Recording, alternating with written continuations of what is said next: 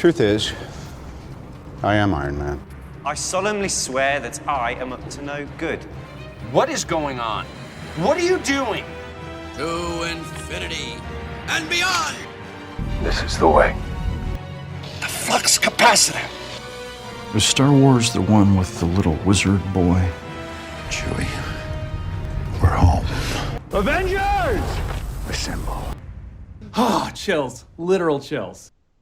Hello, fans, to United We Fan, the podcast. United with me is my co-host, the Lumos in my darkness, Bryan. What's up, Bryan? Hey, everyone. We hope you all enjoyed last week's episode about Disney theme parks, where we had our first guest host, Chris. If you're interested in being a guest host of the show, let us know, and we'll see what we can do. In this week's episode, we're uniting to discuss the wizarding film world of Harry Potter and Fantastic Beasts. In Mark and Bryan's world news, Major League Baseball is back. Bryan and I are big baseball fans, so much that next week our episode is going to be about some of our favorite baseball films. But that's not all with sports. Bryan, tell us about your new podcast. Yeah, you can find us anywhere you find your podcast. The name of it is called B&A Sports Podcast. It's myself and my co-host Ashley. This past week we talked about the reveal of the Seattle Kraken in the NHL, which is a pretty cool mascot with some cool colors and stuff like that. But we talked mostly about the return of baseball.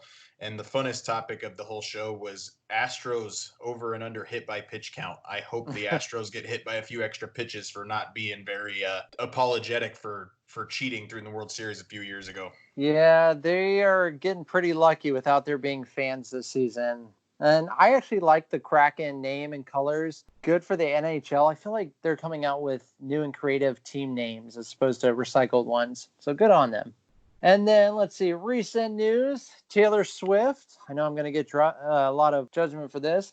Taylor Swift dropped a new album, surprised a lot of people. I checked it out a couple of times. I like it.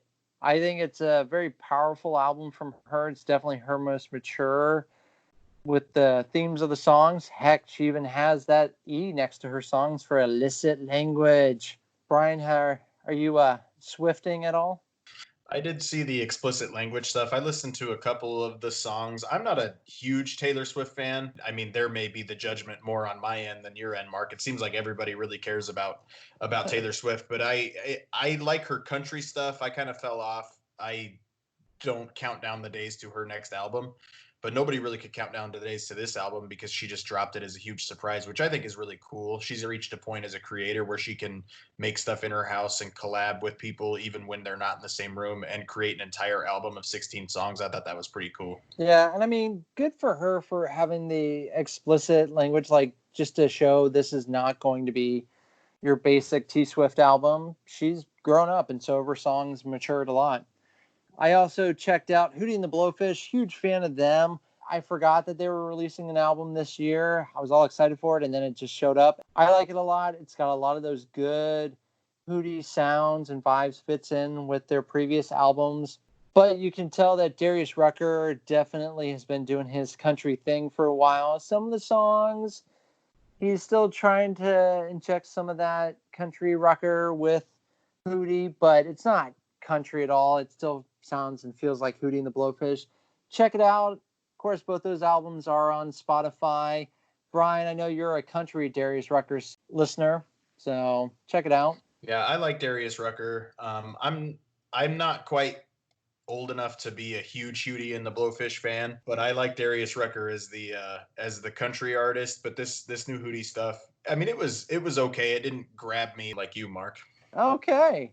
In Mark and Bryan's World Polls, my current ongoing one is finding out everyone's favorite 90s animated series. My friends have been surprising me with every round. King of the Hill, Beavis and Butthead, and Futurama. If you're fans of them, I guess you're not a friend of mine because those left in the first round, very surprisingly. I was very surprised that, actually, not surprised, more sad that The Critic didn't make it that far as well. It did get some loving, so I was happy about that. But Bryan, any surprises to you so far? Not really. I did expect King of the Hill to make a little bit more of a run. I was surprised Futurama lost, but it didn't hurt my feelings. I don't love Futurama. It just never really quite landed with me. Maybe I'm not smart enough. That's very likely. But I don't know. Everything for the most part has played out kind of how I expected.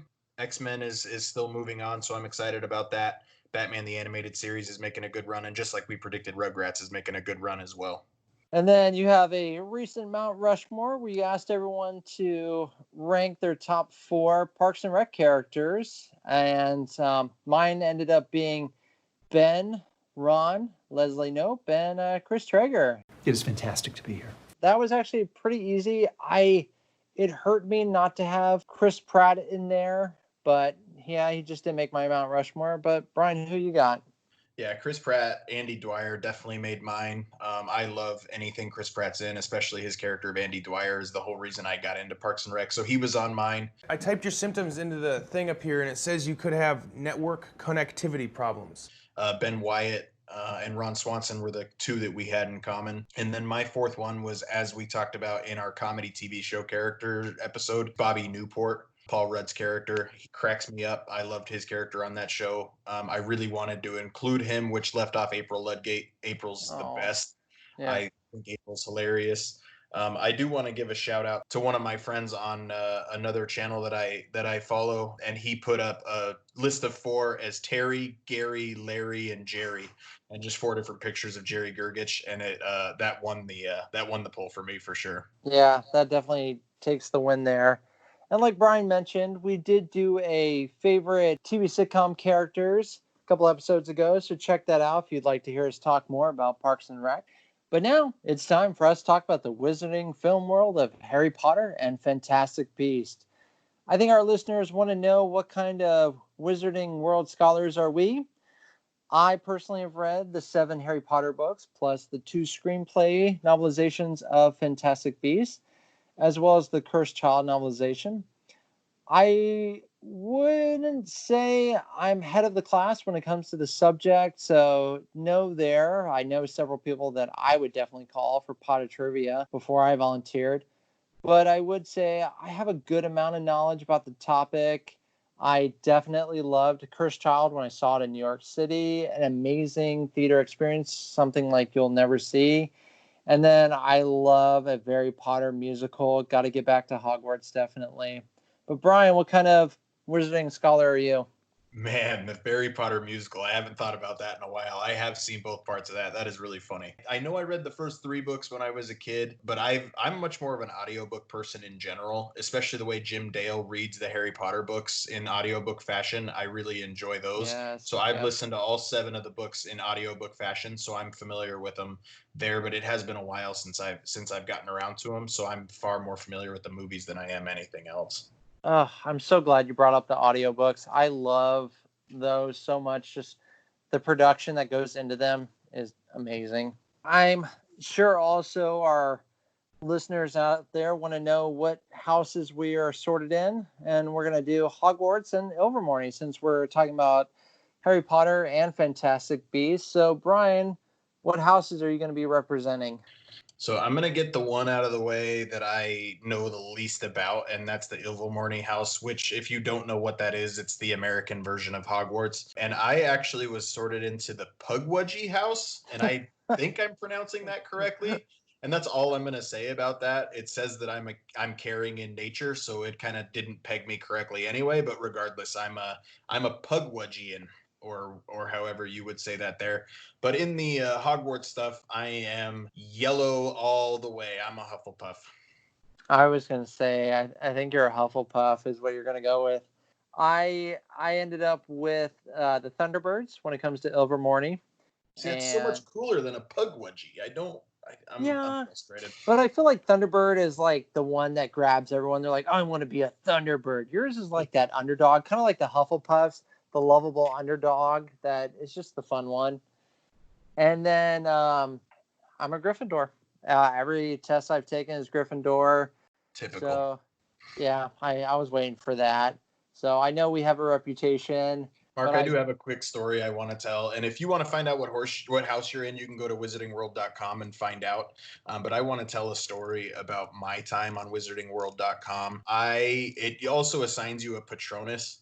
And my Patronus is a red squirrel. and I hate that my Patronus is a red squirrel because my wife's is like a dolphin or something cool like that. And I have taken this Patronus quiz like 6 times. One night I took it like 5 times in a row and I got red squirrel 4 out of the 5 times. And the other time I got was like a sparrow. Like it was so frustrating. Like a red squirrel, there's nothing more, I guess, Hufflepuffy and Pugwudgy and about a Patronus, but that was really frustrating. I got an otter, which at Hey, first I that's was like, cool. no, it is cool, but I didn't expect it at all. So it kind of caught me off guard, but I am all for it. I love it.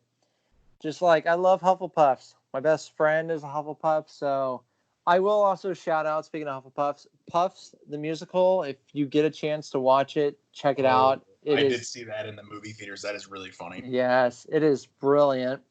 We also did a episode a couple of episodes ago where we talked about the Wizarding World of Harry Potter at Universal Orlando. Check it out.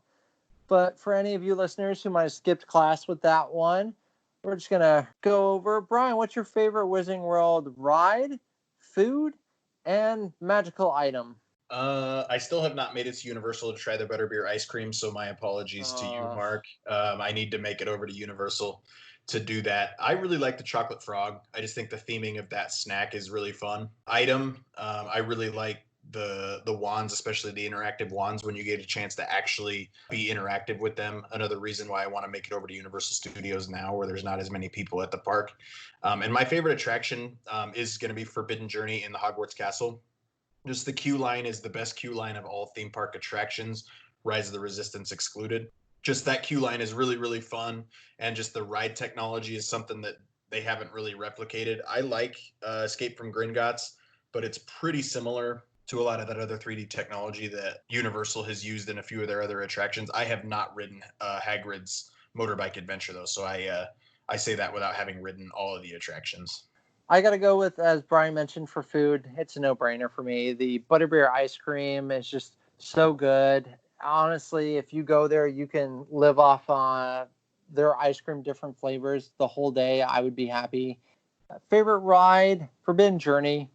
I not just because I was part of the opening team for that, very honored, but just because I love the ride, love the queue. Like you said, just going on the ride, you feel like you're in Hogwarts. Item, I'm gonna go with my Gryffindor Quidditch sweater. When they came out with that item, I'd been wanting it for a long time, and when I get to wear it, it's wool and it's heavy. So when do I get to wear it that much in Florida? But I love it so much. Now it's time for the episode, but I'm gonna give a friendly reminder just for all of our Potter enthusiasts out there, just so we aren't judged too harshly.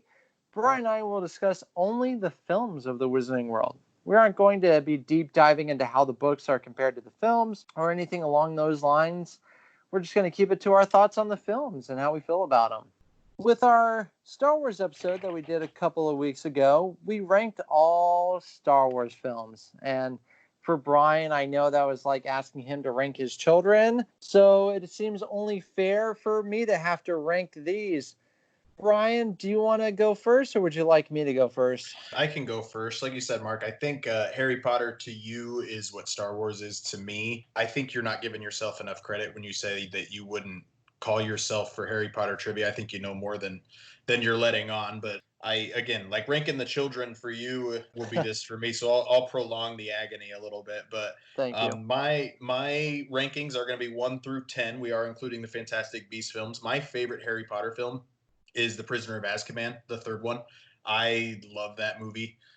It's really what kind of made me come around on the Harry Potter movies. And there's a lot of fun stuff in that one. I really like that movie. Second is going to be Deathly Hallows Part 2, the last one, the eighth movie. Third is 4, The Goblet of Fire. Fourth is the Deathly Hallows Part 1, and I guess I'm going to get a little bit roasted on that being so high on my list. I guess some people don't really care for that movie as much. I still really like that movie. Fifth is 6, The Half-Blood Prince. Sixth is going to be the first Fantastic Beasts film. That's where they sneak in. And then seventh is The Sorcerer's Stone, the very first one, the one most true to the book because the book was so much shorter. Eighth is going to be The Order of the Phoenix, the fifth one. Ninth is Fantastic Beasts 2, The Crimes of Grindelwald. And dead last, because I desperately do not like spiders at all, is The Chamber of Secrets. So you all will find that Brian and I, our rankings are very, very different on this one. Here goes. My top film, Sorcerer's Stone. I love that film. It just feels like classic fun Harry Potter. Number 2 will be Deathly Hallows Part 2. I love the music in that movie so much. Number 3, I love the first Fantastic Beasts movie and Where to Find Them. I think it's extremely underrated. I love it, love it, love it so much. That's easily in my top 3. Next up is going to be The Half-Blood Prince. I know that one usually isn't thought of too highly, but when it came out in my life, I just love the movie so much. Chamber of Secrets was actually my introduction to the film Wizarding World. I remember I watched that first. At the time, I was anti-Harry Potter, and then I saw the movie, and I was like, all right, I actually really like this. So I have to have the Chamber of Secrets pretty high up. After that will be the Goblet of Fire, all the bad haircuts and everything. Then next coming up will be the Deathly Hallows Part 1. I think it's underrated. I enjoy it. I know a lot of people go, oh, it's just them walking and Ron being whiny and melodramatic. I don't see it that way. I enjoy it quite a bit. Then the bottom 3, we got Prisoner of Azkaban. I'm not in any way saying it's a bad movie. Just I don't watch it too much. Fantastic Beasts, The Crimes of Grindelwald. I don't think it's bad like everyone says. I enjoy it. I think they didn't quite know what they wanted it to be about. And then the one I watched the least will be The Order of the Phoenix. Just doesn't do too much for me. Umbridge, God, that woman is just, ugh, man. Talk about one of the most hated, like, Oh, she's just the worst. like Voldemort you don't like. Umbridge, you hate that woman. So, but still, that film is the one I watched the least, so it's at the bottom for me. We welcome any and all input on our rankings. If you'd like to check us out on Instagram, feel free to message or comment on the post. We'll have a friendly debate with you. Yeah, the thing that stood out to me the most, Mark, is your number 1 was like 7th on my list, and my number 1 was like 8th on your list. That's a pretty big difference, pretty big gap. Which one are you talking about? Azkaban? Yeah, Azkaban and Sorcerer's Stone. Sorcerer's Stone, you know what? Let's start there. Let's start where it all began. Sorcerer's Stone, for me, I just love it because they had it easier with the book being shorter so they could film more of it. And then I loved how fun and innocent everything was and introducing everybody to the Wizarding World. When Hagrid walks in, I love his little introduction. Rubius Hagrid, keeper of keys and grounds at Hogwarts. And then you also had ghosts still in the Harry Potter movies. They actually had them as major characters in the first one. So it just has that fun, happy Wizarding World vibe to it. And that's why I loved it so much. It also had Richard Harris Dumbledore, which is just so fun to look back on. I don't think Richard Harris could have ever officially pulled off everything that Dumbledore had to do later on. So they did have to recast the role after he passed away, unfortunately. But I'm with you. It's fun to look back on, but I think that's part of, you talked about the innocence of the characters and stuff like that. I think that's what doesn't quite land with me. The acting in that movie isn't super stellar. I think that's where the third one, the director change came around, and that's what took the franchise to a whole new level. I think that's when the movie started working for me. So that's kind of why I ranked it so low. But I mean, we aren't cursed with annoying child actors. Can we at least agree on that, or no? Until Emma Watson's supposed to be the annoying child in the movie, but she's not she's not an annoying child actor. She's just a snobby little girl. It's Leviosa, not Leviosa. The child actors themselves don't get on my nerves. It's just not the highest level of acting all around. Right, and I know it's a huge debate, which Dumbledore do you prefer? And I think the first Dumbledore, Sir Richard Harris, he was perfect as Dumbledore for the first 2 movies. And then rest in peace. In no way is it a good thing that he went when he did. All I'm saying is I think the change came at a good time character-wise for Michael Gambon to take over as Dumbledore for the third one. Just like I think it was great that the directors changed. Chris Columbus was, I believe, the perfect director for the first two films. Chris Columbus did Home Alone. He did Mrs. Doubtfire. So I think he was a great choice for the first two. The tone changed a lot in the third, in Prisoner of Azkaban, and that's kind of why the director change made such a big difference. And it needed to. It was that's where things kind of started to be a taste of darker Wizarding World. And the third one, I mean, even the ties and the scarves, that's where they changed to what we have now. I will admit, part of me wishes when they had the flashbacks in the later films, they kind of would have flashed back to the tie and scarf patterns that they had in the first two movies, but that's just me being me. I like David Toulis as Professor Lupin. I thought that was perfect casting. Sirius Black, I mean, I loved that they had Gary Oldman as Sirius. That the film franchises, you just have so many characters that were perfectly cast. Prisoner of Azkaban, I don't dislike the movie at all. I love the score by John Williams. I actually think it's my favorite album of the films is Prisoner of Azkaban. I love the relationship between Harry and Sirius at the end there, just when they're having their heart to heart. Is just something you didn't really get to see in the first two movies. A touching moment like that. The scene when you think Lupin and Sirius Black are in on it together, and then they realize that he Scabbers is Peter Pettigrew, and just that entire scene in that attic, that's a really fun scene. And you think, oh no, like Lupin's in on it too, like that can't possibly be what's going on here. But then it kind of flips on its head, and this rat's been the bad guy all along. It's pretty interesting. I just like the twists and turns that movie takes.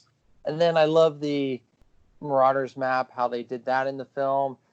And then one little, I laugh every time in the beginning there with the aunt that Harry inflates and then she's floating away. I enjoy that so much. And then the night bus, I love how they did the night bus. The shrunken head, it's okay to me. I'm okay Really? with it. I I'm really not, like that. Wow, interesting. he's okay to me. Like if it had been deleted, would I have missed it? No.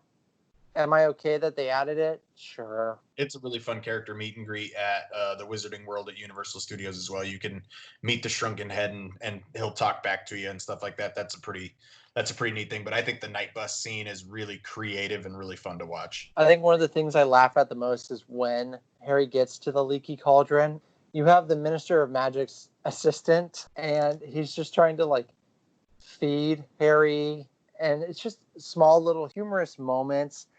And then I remember the minister makes a joke, and the little assistant, he starts laughing. Come now, Harry, the ministry doesn't send people to Azkaban for blowing up their aunt. And the minister looks at him.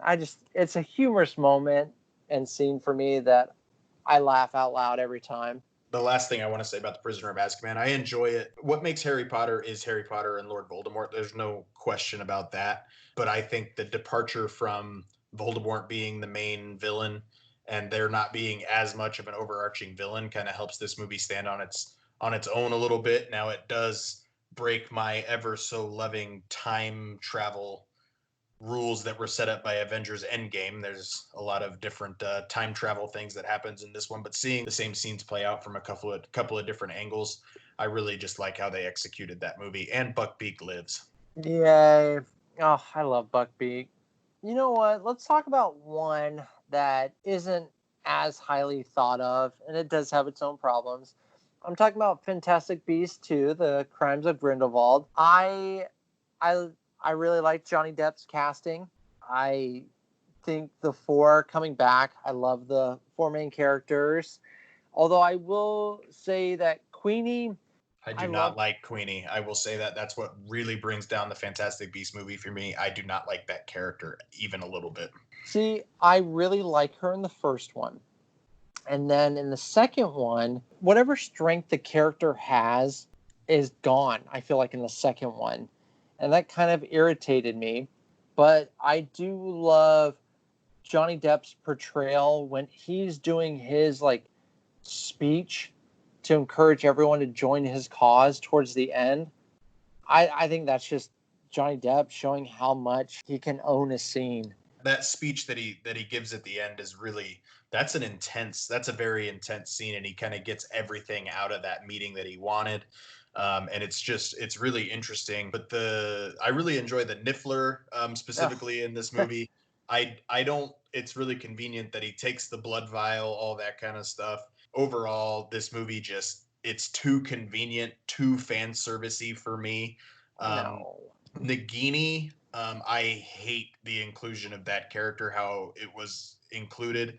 I think it was just so forced. I also do not, I hope it's part of the story that this last Dumbledore brother isn't actually real, and it's just a story that Grindelwald is telling him. None of it really adds up. None of it makes sense. A lot of stuff just seems to be forcing his story that doesn't fit. It doesn't work for me as a casual fan of the Harry Potter series. It's just too disjointed, too much fan service for me personally. See, and I can't disagree more. I think Nagini is not forced at all. I think you just need to be patient. The story's going to get to her down the road. I don't think it's fan service at all because I've just heard so many fans that weren't happy with a lot of things in there. So I'm hearing you talk about it. I'm like, that's not what I'm hearing from all the Potter fans that have seen it. So it's interesting getting your perspective because I'm just like, Bryan, you're on an island from what I keep hearing. Well, I'm not on the island from this being one of the least liked movies out there. I don't think. Well, but that goes to my point of it's not fan service since it's one of the least liked ones. I think Avengers Endgame made way more fan service moments than this one did. This one I wouldn't even call it a fan service movie. I would say Endgame is definitely a fan service movie. We may just define it differently because I think including a character like Nagini is exactly that. I think Avengers Endgame pays off a lot of stuff that I would call it fan service, yes, but Cat picking up Mjolnir, while fan service, is still paying off an entire storyline that had been built up over 23 films. So, well, no, that's not fan service at all. Fan service, there's other things in Endgame, but going back to like Fantastic Beasts, I think, are you going to be more open-minded though? I don't think Nagini was introduced just to be fan service. I think Nagini is going to play a bigger part. I think. Yeah, and we're judging these movies on a story that's not yet complete. There's more Fantastic Beasts movies coming, so I'm willing to definitely take a look at Fantastic Beasts overall once the final story's been told. There's no question about that. I was frustrated by the surprise Dumbledore brother. We've already done that once in the Harry Potter movies with Aberforth. I don't know. A surprise brother that everybody didn't know about. I do like what they did with Dumbledore, even though Jude Law wasn't built up. Again, wait for the entire thing to play out. We'll see what Dumbledore can do. But actually being physically incapable of fighting Grindelwald, the way they explained all that was pretty interesting. But overall, I don't know, his escape at the very beginning of the movie, Grindelwald's escape from capture, that's a really cool scene. All that. Ezra Miller, I don't know, smile. I don't want to be the smile more guy. I just need a little bit more emotion from Ezra Miller. Ezra Miller, I can totally get maybe showing a little bit more emotion. I'm not even going to disagree with you there. The Dumbledore brother, Bryan, I just want you to like remember there's more to explain. This is the second of 5 movies. And I think a lot of people are doing that as well. But I will say this, I don't honestly believe that he's Dumbledore's brother. I think it's Grindelwald doing some mind games. I think this is Johnny Depp Grindelwald trying to achieve a goal, and he knows he can't take on Dumbledore, but he knows that Credence can, so he's using him.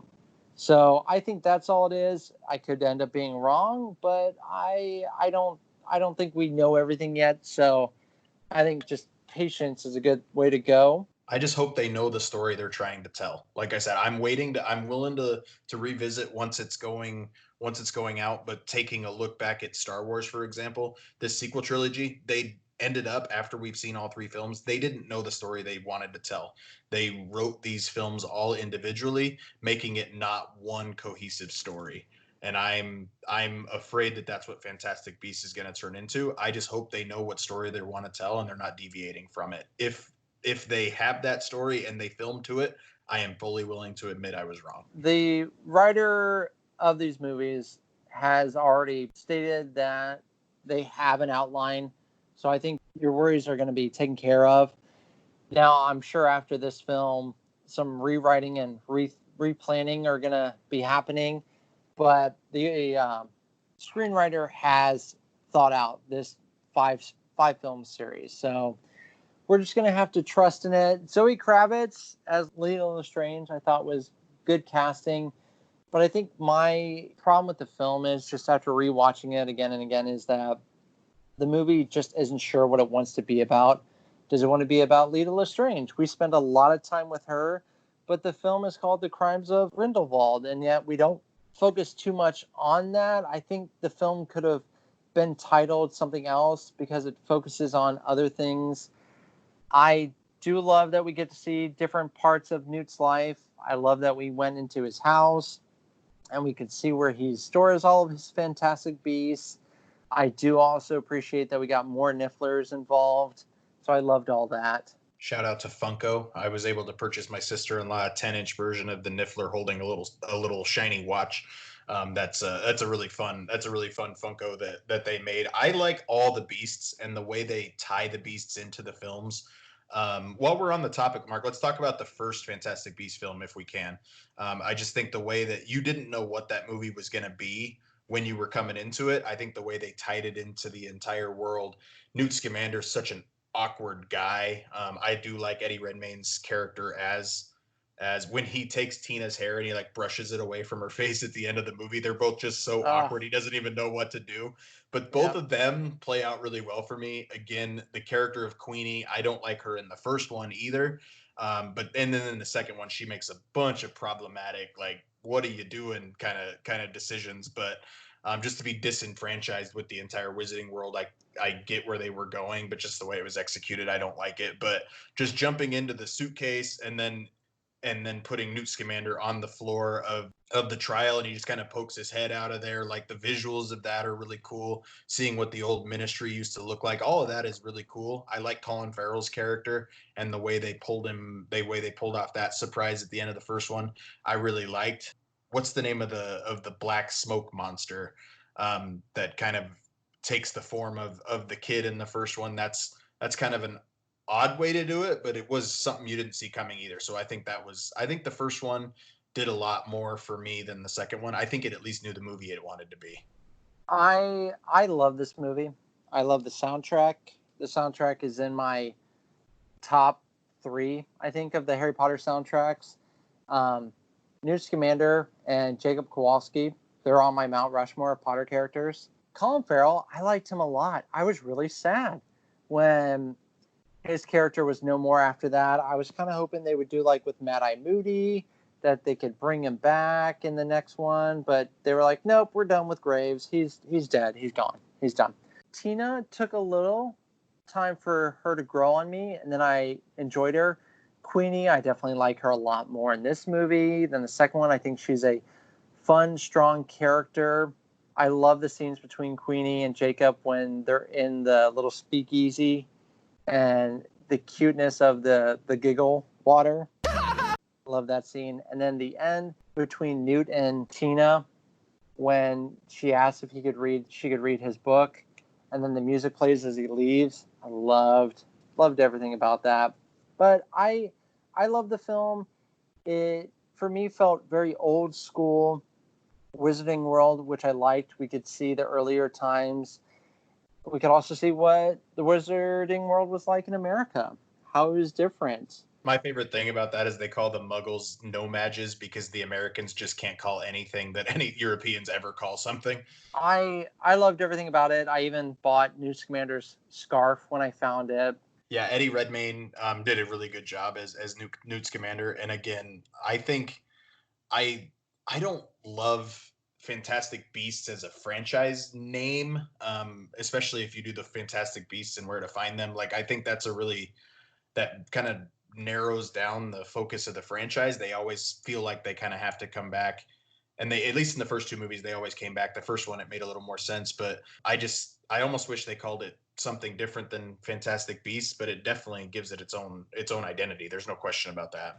Yeah, I can understand your side. I mean, I like it, but I definitely understand your side to that, because with the second one, there are Fantastic Beasts in the second one, but it's branching out from that. So I totally understand that. Yeah, I think the only thing that brought this movie down for me, again, other than Queenie, was just I think it was too easy to do the memory loss in the rain cloud kind of deal. The movie was a little bit too long and they needed to kind of wrap it up and stuff like that.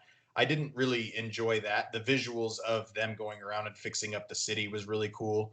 But just to say everybody's memory was wiped just because it rained Men in Black memory loss stuff, like I didn't really care for that particular end, but just that entire movie, I remember how much it surprised me how it was not what I expected. But I think it's just those two things that really dropped it down the list for me. I won't even deny that. The ending is kind of easy with the memory rain. No arguments here. I don't think the film was too long and they needed to rush and wrap it up, but it did become oh man, we ended up here. How are we going to fix this? Hey, memory rain. That's fine. Let's do that. Like everybody in the city is outside and wants to stand in the rain. Nobody has an umbrella. Like, I mean, it's convenient, but it is what it is. Like, it's fine. Yeah, I totally get it. But I still love the film. You put it on, I will happily watch it anytime, especially the scenes between Newt and Jacob. I'll watch that. Now, there's absolutely nothing for you to worry about. Tell me, has anyone ever believed you? You told them not to worry? Well, my philosophy is that worrying means you suffer twice. Well, Bryan, sell me on the Order of the Phoenix. Seeing the Order of the Phoenix at the beginning of the movie with Sirius's house, and he's all cleaned up and looking very Gary Oldman-like. I really like those particular scenes, but I'm with you. This one just doesn't quite work. The Room of Requirement, I think they could have done some really cool stuff with that, and they just didn't. And if I remember correctly, in the book, they do a lot more with the Room of Requirement than they do in the movie. So I just think the potential of the Room of Requirement was there, and it was never touched in really any of the 8 movies. Umbridge, they convince you that Umbridge is the worst person in the world. She is the worst villain of these movies, Voldemort included. Like, I would pick Voldemort over her any day of the week. I can't stand her. That scene when I will not tell lies and it etches on his hand is so cool visually as well. But you can actually just, yeah, that would really hurt. Like, that would convince somebody to not do that again. I really like that particular scene as well.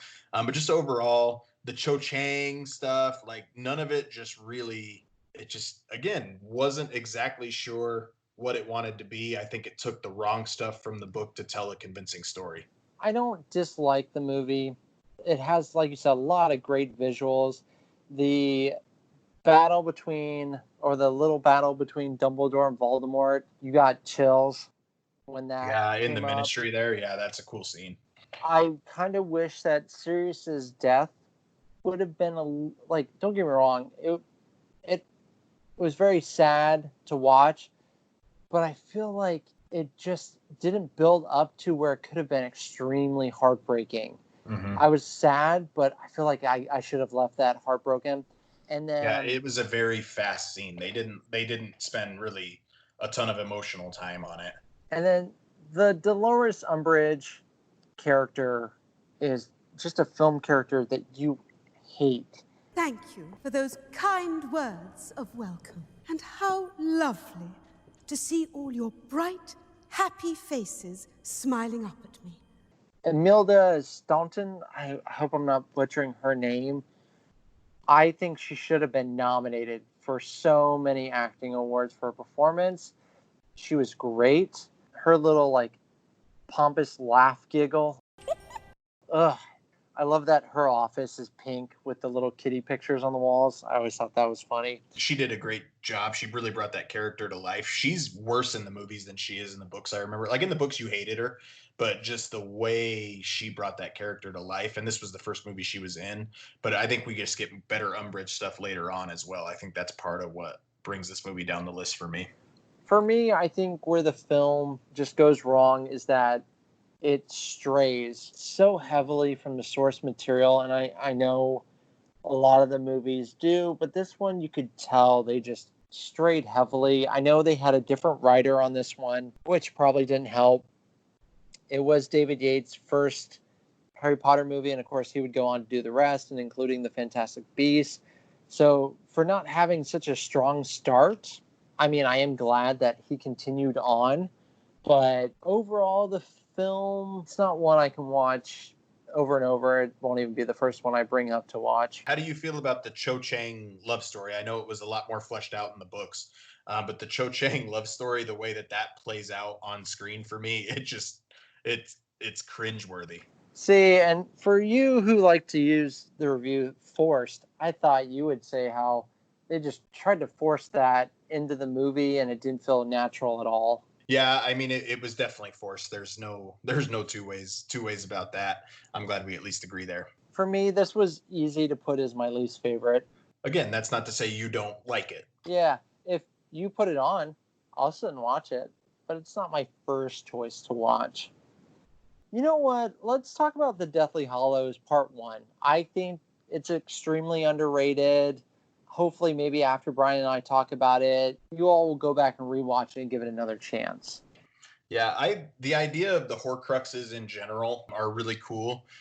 If people get mad about, hey, the whole movie was them walking and walking and walking, like, fine by me. I love the Lord of the Rings trilogy, but they just the way they find all the different Horcruxes and stuff like that are really cool. And I know the Horcruxes were introduced in the movie before, but the thing I remember, the only thing I hate about this movie is that really weird vision that Ron has of topless Harry and topless Hermione, like whatever they're doing. That's a really weird scene that just doesn't fit the rest of the movie. I know that that's kind of his worst nightmare, but just Ron showing back up, kind of being the hero everybody kind of knew Ron always was. I think that plays off really well. I like the visuals of the really small tent, and then on the inside it's super big. The sword of Godric Gryffindor, like all that kind of stuff. It's all convenient, but it's all there to tell a grander story. So when we talk about convenient from Memory Drop Rain versus this, I'm good with the way they pulled this off. They did the job of Dobby being the hero, and just the way they end the film with everything happening with Dobby and then Voldemort getting the Elder Wand right at the end, and with Luna's dad and just all the Death Eaters showing up at Luna's house, just all that kind of stuff, I think is really fun. The way the whole story comes together, I really like the visuals of the story when Luna's dad tells what the Deathly Hallows are, just that scroll paper with the black ink and animation. I just think that's visually really, really cool to watch. So there's a lot of good stuff in that movie that I just really like. I do love the retelling as an animated film. I thought that was brilliant directing. I'm glad they did that. I love how the film starts off with the new Minister of Magic, Bill Nighy, like kind of doing his opening press speech. These are dark times, there is no denying. Our world has perhaps faced no greater threat than it does today. I thought that was a great way to start it. And then the scene with the 7 Potters. Bill, look away. I'm hideous. I thought that was very humorously well done, visually effects wise. I think killing Mad Eye Moody off screen was a bad decision. I did not like that. I really like Mad Eye Moody's character, and killing him off screen and never really bringing him back up didn't really work for me. Yeah, that kind of played with how it did in the books. I understand from a movie point of view, this is a character that, you started to make us care about, but yet, there he goes off screen. So I totally understand that. The scene for me that I just always thought was so powerful was the one between Bellatrix and Hermione when she's torturing her. I thought that scene was just so powerful, and to read about it, how it was filmed, I don't know that it was definitely not a fun day to be on set. It was fun to go back to Gringotts too, and to go to Bellatrix's vault and all the stuff in there to duplicate and all that kind of stuff. Like that's a really cool scene, and just the way they have to escape Gringotts was a lot of fun. I really like the characters that they have to impersonate to get in and all that kind of stuff. It's pretty fun. The thing about, we can like start talking about the second one, is I think the first one is a lot of story development, expositions. The second one, they knew this is going to be about the Battle of Hogwarts. This is going to be what everything is led up to. Let's give this story its own spotlight. I think it needed it. That battle was epic. I will say, having just reread the book, there's parts that I wish would have been in the movie when it came to the battle, but I still think overall, and the soundtrack is beautiful. I love the Deathly Hallows Part 2 soundtrack. It's definitely in my top 5 of ones that I'll listen to. Going back to Gringotts, I do like how when they were in Bellatrix's vault with the expanding items, I thought that was fun how they did it. But even getting into Gringotts, having Hermione as Bellatrix, but how they filmed it was they actually had Emma Watson pretend to be Bellatrix. So Helena Bonham Carter was pretending to be Hermione, who was pretending to be her. It was just a really fascinating, from an acting perspective. I really liked it a lot. And then they go into Gringotts, and you see how they get to the vaults, which of course inspired the ride. The ending, though, with Deathly Hallows Part 2, I thought it was a huge epic battle. Several deaths in it got shortchanged. Sadly, for them splitting into 2 parts, for them to shortchange things, especially deaths, really big character deaths. You know what death wasn't shortchanged was Nagini's death. I just love Neville getting to be the hero. And I saw a thing online the other day where Neville and Harry are both dressed like their parents were at the first battle. I thought that was kind of a cool Easter egg that I never really knew about, with Neville wearing his sweater vest like his dad and all that kind of stuff. Neville getting to be the hero, and then he magically turned into this attractive guy now that these movies are done filming. I think good for Neville. I do like the little resolution after the battle with Hermione, Ron, and Harry. It does make me sad that Harry didn't fix his wand like he does in the book, but, it is what it is. And then afterwards... Let's talk about it. The final scene. I think this movie really struggled from the standpoint of they just added basically pillows under their sweaters to make them older and fatter, and just the way they pulled off the aging them farther into the future, it did not work for me at all. It was very distracting. It was very distracting to me. That's just my opinion on it. And I know they reshot it because they weren't too happy with the effects at the time, with the makeup that was showing up. So they back with reshoots. I didn't mind it. Did they look old enough to be their age? I think they definitely aged up. Ginny, she probably aged the most. Yeah, they gave her the Karen haircut. Yeah, they did. Harry, I think, did a pretty well job. Emma Watson looked very mature. I didn't like how they just made Ron overweight. I felt like they kept giving him the short end of the stick. Hey, let's make Ron overweight. That's really what they base Ron's character on in Cursed Child. I have not read it, but I've heard not so positive things about Ron and Cursed Child, and it kind of has that visual to it a little bit for me. When I read Cursed Child, I was not a fan of what they did to Ron. I thought they did him dirty. When I saw the play as its own, I liked it. So just seeing it was different how I read it. But I definitely picture Ron being stronger after this and not kind of being the hey, it's Ron being Ron. Yeah, I really think when he shows up in Deathly Hallows Part 1 and kind of comes back from it, I just wish that's the Ron we would have gotten with that conviction. I think they shortchanged him a little bit. But Mark, I want to say one word to you, and I want you to go, and that word is always. I definitely use it, and whenever someone brings up that word always, Harry Potter always pops in my mind. Depending on the context, I'll even do a bad Alan Rickman. Oh, where's... So it's a very powerful quote for Harry Potter fans. I feel like they've all included it at some point in a love letter or a wedding ceremony at some point.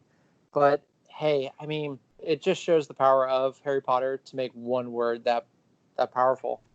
I will say, and you can tell me how stupid I am for this. I really like the sentiment of the word. I love Alan Rickman as Snape. I think the way they pulled it off. But a guy being that obsessed with another man's wife, just, it doesn't work for me. I don't know what it is. I know he loves her and all that kind of stuff, but eventually, I don't know. That's just the way I feel about that word, and that's kind of the first thing that pops into my mind. But that's just how it makes me feel. No, I get it. I don't think they Snape is a character I feel like they shortchanged. Alan Rickman did a great job. I wish it was a thicker of a role so that he could have been nominated for it. In the end, yeah, they just, and I want everyone to remember, we're talking about the films. We're not talking about the book Snape. We're talking about the film Snape. I think the film Snape was thin, and if you're someone who didn't read the books and you got to the Deathly Hallows Part 2, I don't think you would feel the way you did. When you read the books and you get to that Snape scene, you feel something very, very heavy on your heart. But in the movie, you're like, all right, I've read the books, I get where this is coming from. But in the movies, it's like you said, it comes off as a guy obsessed always with Lily, and I don't think it played as well as it could have. Yeah, I don't know. And like you said, the character of Snape, they could have done a lot more with. They cut a lot of stuff out from the books that were there. Alan Rickman's portrayal of Snape was perfect. Again, just the way that and the word always, J.K. Rowling told Alan Rickman what always meant. That's what kept Alan Rickman even in the role. So I think, but he did it. He did a good job. They do a good job with the feelings. Again, that's just kind of the jerk in me or whatever you say. That's just kind of what it makes me feel like. No, I totally see your side, especially from a film perspective. I easily see your side. Well, you know what? Let's keep with Snape. Let's move on to the Half-Blood Prince. I I really enjoyed. The book came to me at a very hard time in life.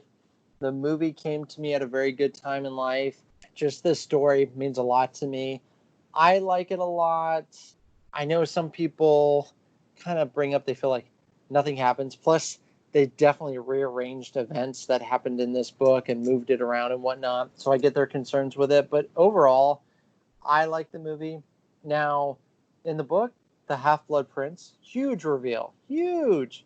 In the movie, we forgot to bring that back full circle. Yeah, he's the Half Blood Prince.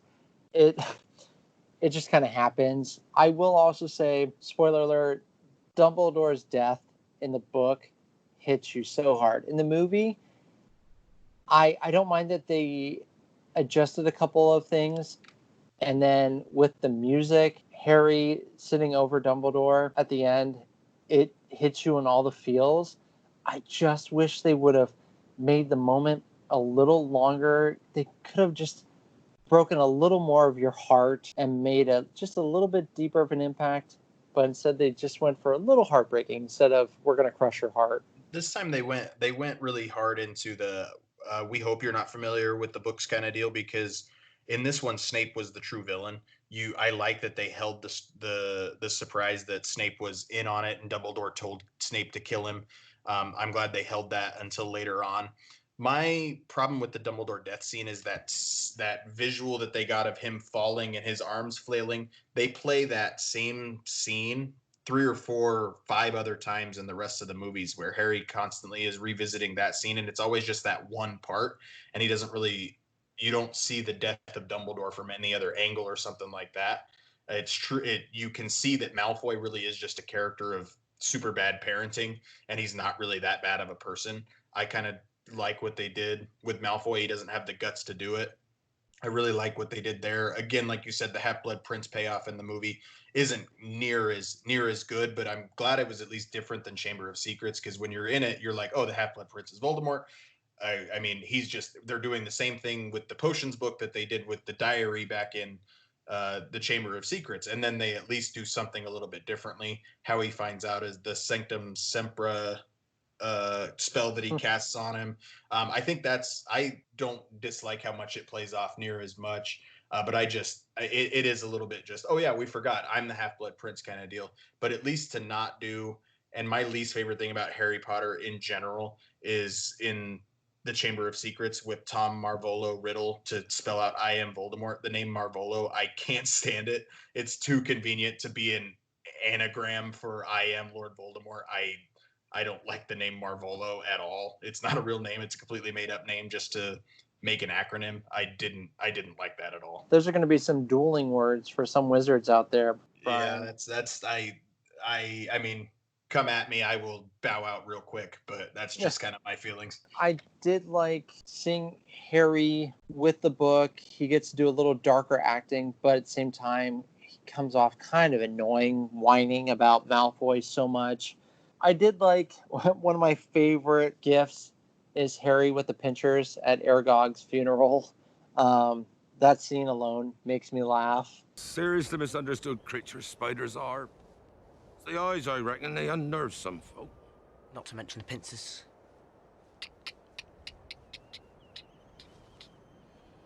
Yeah, I reckon that too. I love that scene. Slughorn, I really enjoyed his scenes, especially between him and Harry. Just the guilt that's on his face when he does finally give up the memory to Harry. I think my biggest hang up with this movie, and we talked about, we're not going to talk about the books influencing and all that kind of stuff, but something from the books that had a lot more impact was the scene when Harry has to force Dumbledore to drink that water in that thing to then find the fake locket. And again, it's a fake locket. So, I mean, there's something to the whole nothing happens in this movie kind of deal. They're kind of where they were from the beginning. But just the way that scene where he has to force Dumbledore to drink, it just didn't jump from page to screen. It's so much more impactful and emotional in the book, listening to Jim Dale read it, the way I consume the book. But just, it came off corny on film for me. I think the scene is definitely a dark, well-acted scene between the two of them. But I agree, it doesn't have the same impact as the books or the audiobooks.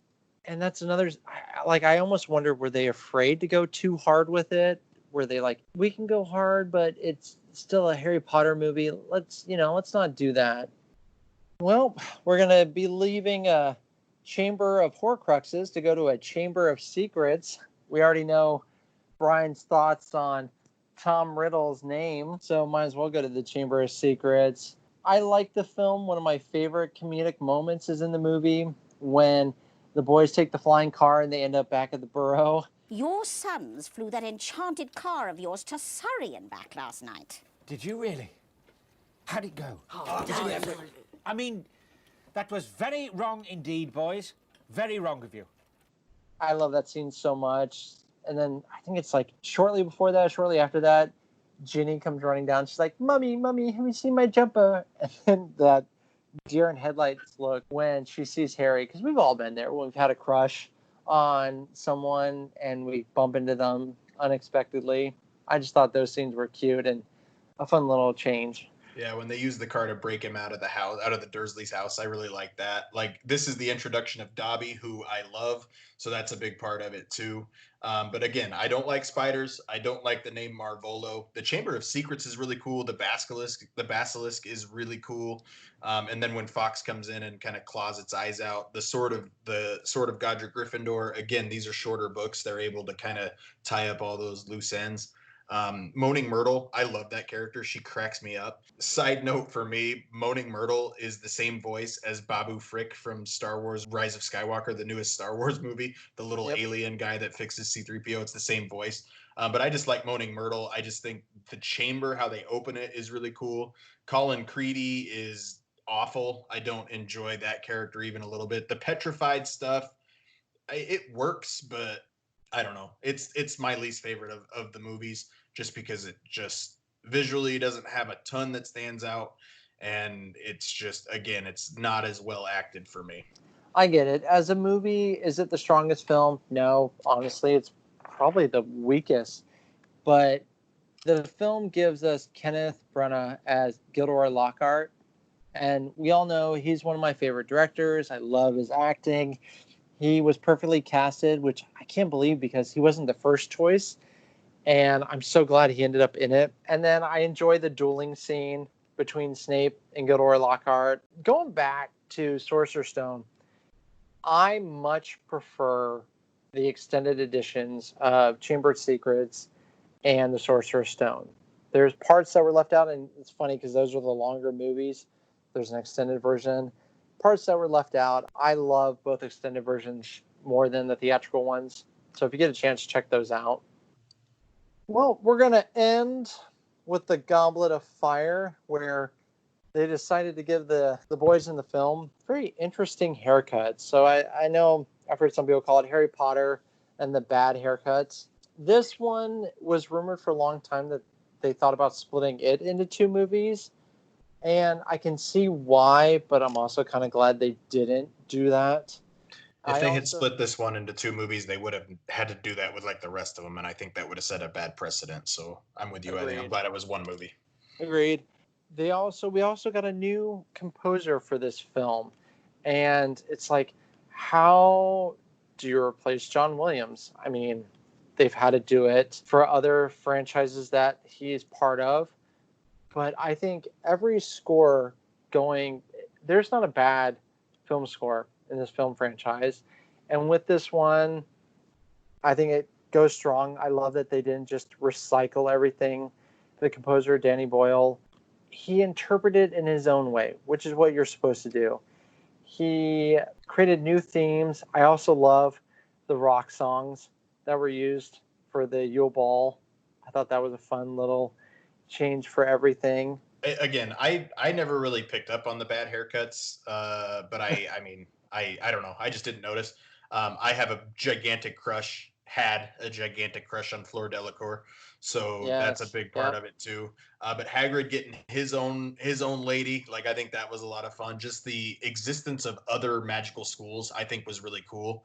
The Triwizard Tournament is what it is. There's a lot of really cool stuff, and there's a lot of more stuff in the book that they could have included, but I think stuff they did include was as good as they could do. The underwater scene with Victor Crumb being the shark, I think is really kind of a fun little visual. It's not like the greatest special effects looking back on it now, but it's still pretty fun. Cedric Diggory, Team Hufflepuff, woohoo.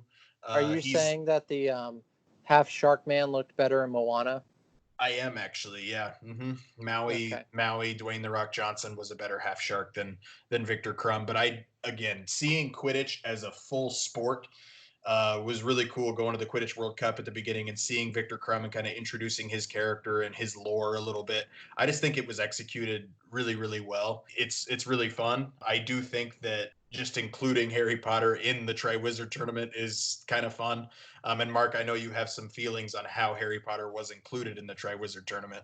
Yeah. Oh, I made a mistake. It's Patrick Doyle who's the composer, Oscar nominee Patrick Doyle. So it is a hot topic for me how Harry, because everyone loves to bring up, I feel like it's the most infamous scene even in the movie, where, Dumbledore pulls out Harry's name and everyone loves to bring up in the books, he says very quietly, and calmly, did you put your name in the Goblet of Fire? And then in the movies we get, how did you put your name in the Goblet of Fire?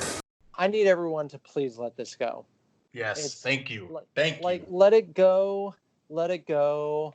Please let it go. If you thought it was funny in the beginning, okay, fine. Cool. I never really was someone who liked it. I go, the screenwriter wrote it. The author obviously had a lot of say in everything, was good with it. The director felt it was right. The actor felt it was natural. The producers were all good with it. The editor worked it in there, didn't have any issues with it. All of these people felt it was right for the film. Would it have played better if they had done it? Who knows? Not if the rest of the scene was played out the same way. The emotion of the scene caused Dumbledore to react in that manner. That's just it. I think it feels extremely natural. I'm good with it. I don't have any problems. When I watch the scene, I get irritated because I know all these people that feel the need to point out how it was in the book. Okay, if you're going to point out how this is different from the book, then I hope you point out every single thing that is different Please from the book and the don't movie ask when you people to watch. do that. Please don't ask people to do that. You know what? People love making memes. If it makes you happy, please do it. Just move on from this one. Let it go. Yeah, I'm with you.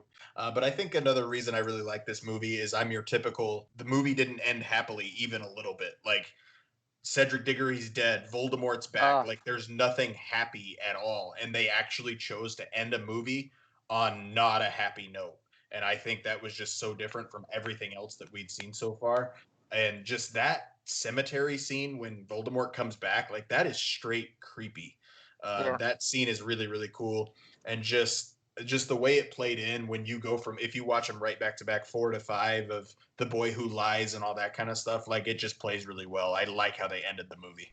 I think Robert Pattinson was perfectly cast as Cedric Diggory. His death when he comes back into the arena, that death hit really hard with the dad over the body and the music. Yeah, the band playing the victory song and then his dad. Yeah, that's tough to watch. It hit so hard. After that, you know, we find out who Mad-Eye Moody really is. And then you have the scene where Dumbledore's talking to the school about how things have changed. Just like them mourning Cedric hit so hard. And they try to lighten things up with, you know, Durmstrang and the Beauxbatons leaving.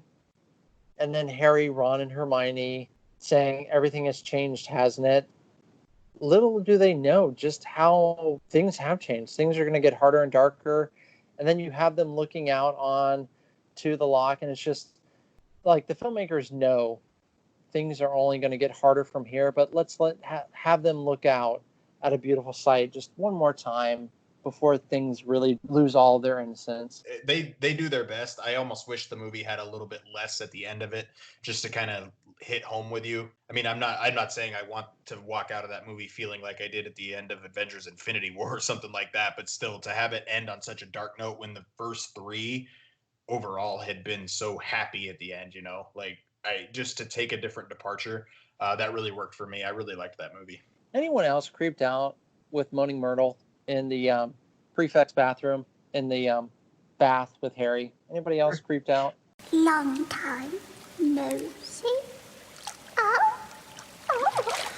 There's a few problematic things that came out of Moaning Myrtle for sure.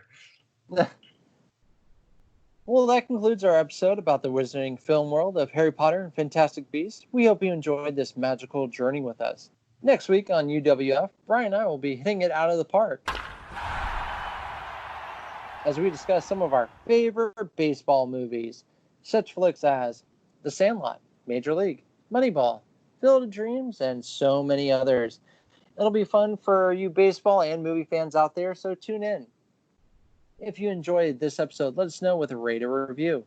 For those listeners with any comments or questions, and I'm sure we'll have a lot after this episode, drop us a line so we can reply. Bryan, tell our listeners how they can message the show and stay up to date on everything UWF.